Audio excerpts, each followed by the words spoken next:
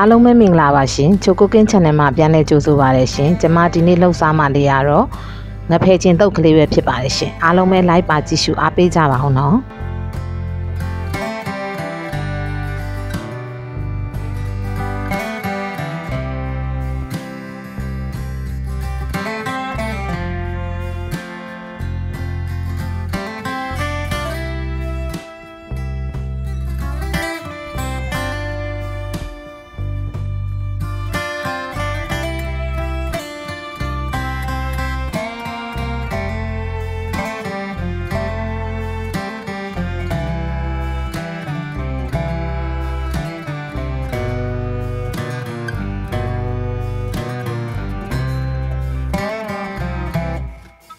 โอเคအရင်ဦးဆုံး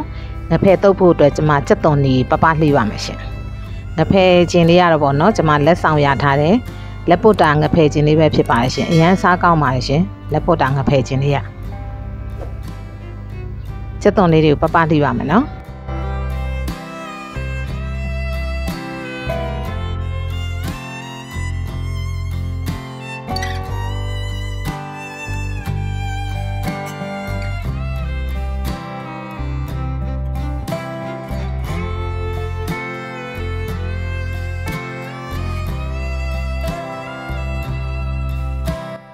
ငချင်းတုတ်ကတော့ငချင်းပဲဖြစ်ဖြစ်ငဖဲချင်းပဲဖြစ်ဖြစ်ထမင်းစားရတာထမင်းမိန်ပါတယ်နော်စားလို့ကောင်းပါတယ်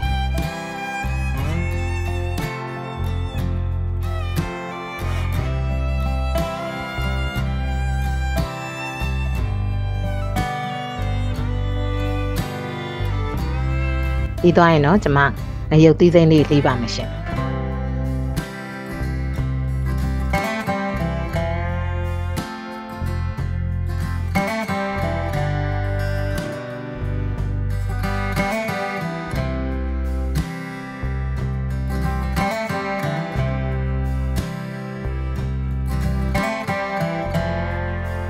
အဆက်ကတော့ပေါ့နော်ကိုယ်စိတ်ကြိုက်ထည့်လို့ရပါတယ်ရှင်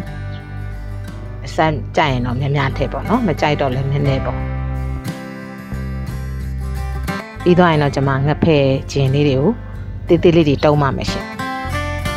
အဲ့ဒီလက်ပုတ်တာငဖဲခြင်းအရန်ကောင်းပါတယ်နော်သူကတိတ်တိတ်ကလေးနဲ့လေမမတိတ်တိတ်ထုတ်ထုတ်ကလေးအရန်စားလို့ကောင်းပါတယ်ရှင်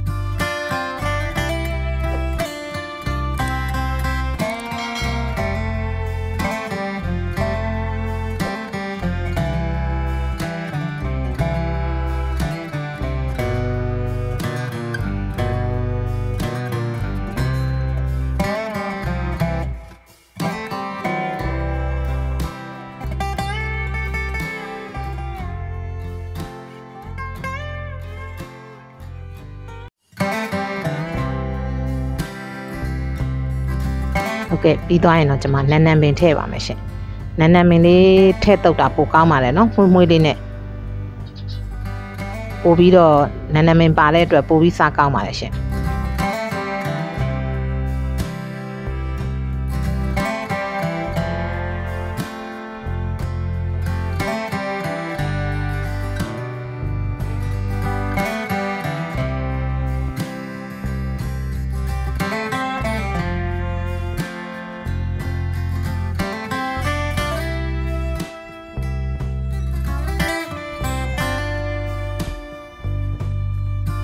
ပြီးရင်တော့ကျွန်မအရသာဆက်ပါမယ်เนาะအရသာအတွက်အချိုမှုတ်ထည့်ပါရရှင်ပြီးရင်ငရုတ်သီးအကြက်မှုတ်ထည့်ပါမယ်ရှင်ငချင်းကစားတို့ငပြိုင်တို့မထည့်ရပါဘူးเนาะငချင်းကသူ့မှာအငံတက်ကပါပြီးသားဖြစ်တဲ့အတွက်အချိုအတွက်ပဲထည့်ရပါရရှင်ပြီးရင်တော့ကျွန်မစီစိမ်းထည့်ပါရရှင်စီစိမ်းလေးထည့်တော့ရပါတယ်เนาะစီချက်တို့ဘာလို့လဲမတော့ရပါဘူးရှင်ပြီးရင်တော့အားလုံးသမအောင်နေပေးရပါမယ်ရှင်